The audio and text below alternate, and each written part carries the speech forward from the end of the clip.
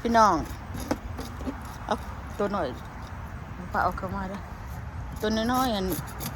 ปลานี่เขาหายอยู่หน่อยเขาก็เอาอยู่ปลาในตัวใหญ่เขาจะได้ปิ้นทางนั้นมาทางไหนมันมาครับทางขังมันมาคั่วปลาอันเนี่ย เอาไว้แบกมันจักแน่ บอตัวใหญ่นี่นะ เอาว่าไล่ ปลาบัวลายบ่หู ฮดป่ายืมไปเบิดทุกอย่าง ขนมบ่ค่อยหูปลาหรอก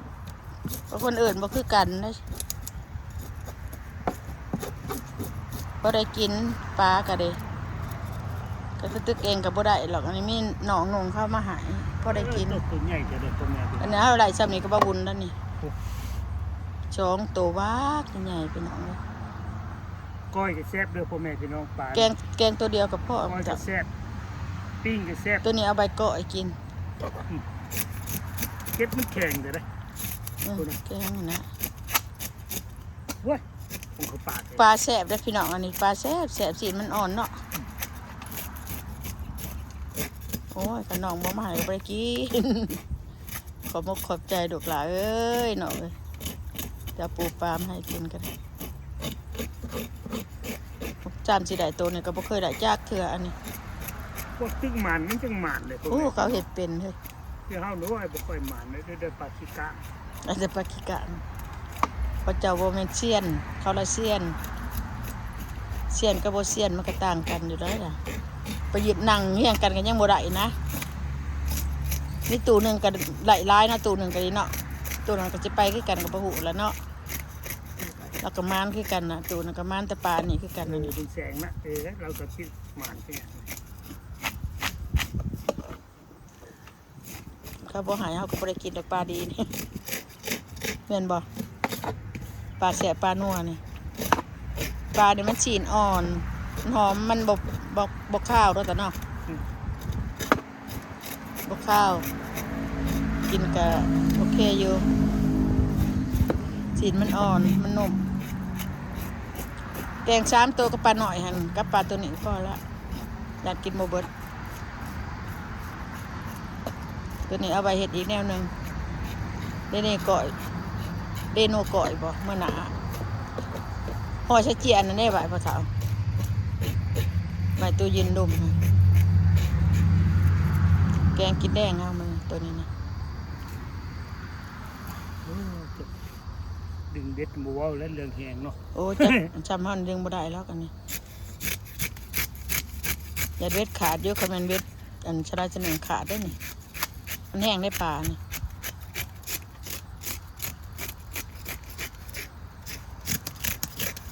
ได้กินได้เด้อปลานี่พอไม้ฉะได้บ่อยดีเราก็บ่ได้กินดอกนี่แหละไปตึกบ่ได้เฮ็ดจังได๋ซะไข่ได้ค่ะมีไข่เต็มท้องนะช่วยเอาไข่ออกบ่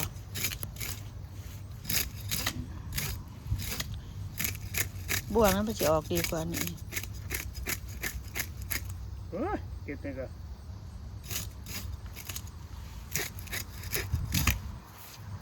แกงส้มมาบ่ แกงเลยแล้วเสร็จก่อน แกงตัวน้อยกับตัวนั้นละพ่อตัวนี้เอาไว้เฮ็ดอย่างอื่นปิ่งพันกินกับแช่ด้วยค่ะ แซ่บที่กัน ปิ่งพัน บ่ พันกับปุ่นมื้ออื่นคืออยากนี่ ในสอบเก็บปลาออกดีจ้ะพ่อแม่พี่น้องออกลูกเก็บปลา บ่มี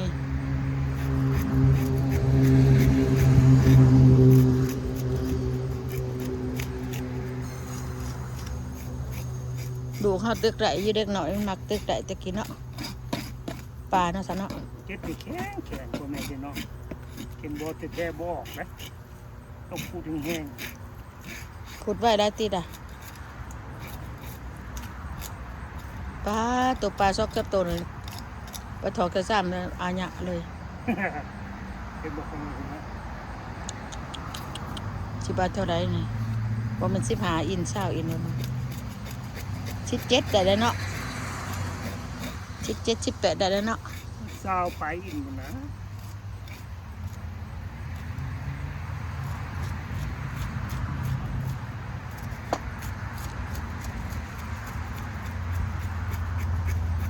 นี่จะแกงก้อยแซ่บพ่อแม่พี่น้องผัดข้าวปุ้น ไปเก็บบักเด่นบ่วันนี้ เออ แล้วเฮาถือในกล่องไปเก็บบักเด่นก็ได้ซะ ฮะ ไปเก็บบักเด่นบ่เด่นนี่ เก็บเล่นน้ำ เอากระตาไปตามาให้นี่ อ้าวไม่อยากไปมันนะ สิแกงสมบักเด่นแม่นตัวบักใหญ่ๆพี่น้องโอ้ยบ่อีดีเราก็บ่ได้กินนะขอมาขอบใจเด้อน้องเอ้ยโอเคเดี๋ยวสิไปเอากระตาก่อนไปเก็บบักเด่นกันมาแกงสมกินท่านได้กินข้าวแรงได้นี่พี่น้องเอากระบุงกระตาก่อนเด้อกระตาแกงสมแกงอะไรกินเคยจากแกงขาวเบือกับบ่ค่อยอยากเป็นบ่เท่าเอาบักดิบนำบ่แกงขาวเบือกับบ่ค่อยอยากบ่อยากเฮาว่าซื้อละไปเก็บบักเด่นน้ำกันพี่น้องเอาไปแกงปลาแกงสมปลาเด่นก็หลายมันสุกละโอ้ยแกงบักเด่นเด้อพี่น้องเด้อไปแกงสมปลาก่อนโอ้หน่วยบักใหญ่ๆเลยบักเด่นแดนสมบานเลย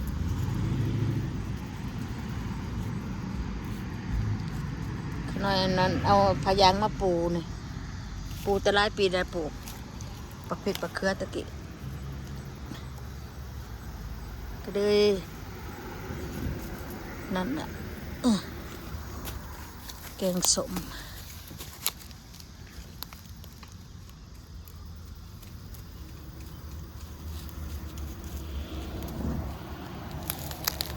มีหลายตื่นอยู่ได้พี่น้องนี่มักเด่นเนาะไอ้ว่าจะได้เด่นเนาะนี่ได้มักเด่นเนาะไอ้ค่อยปลูกหากระปลูกนี่เงามันอยู่ในถังใส่หันเลย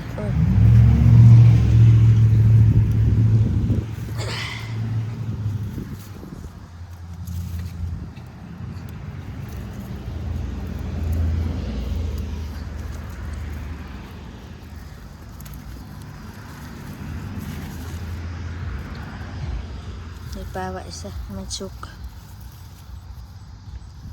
พอละแกงส้มกระลายเต๋อเลย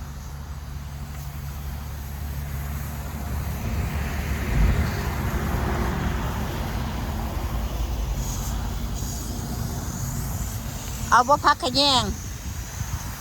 เท้าเอาบ่พักขะแยง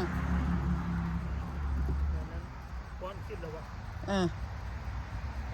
แต่พักแน่วะ ต้มสมด้วยซะ ต้มเหรอวะ เออ แกงวะ ต้มเอาไปยัง ต้มกระโดดติดแล้ว ต้มสมเนี่ยมันแกงแซ่บมันต้ม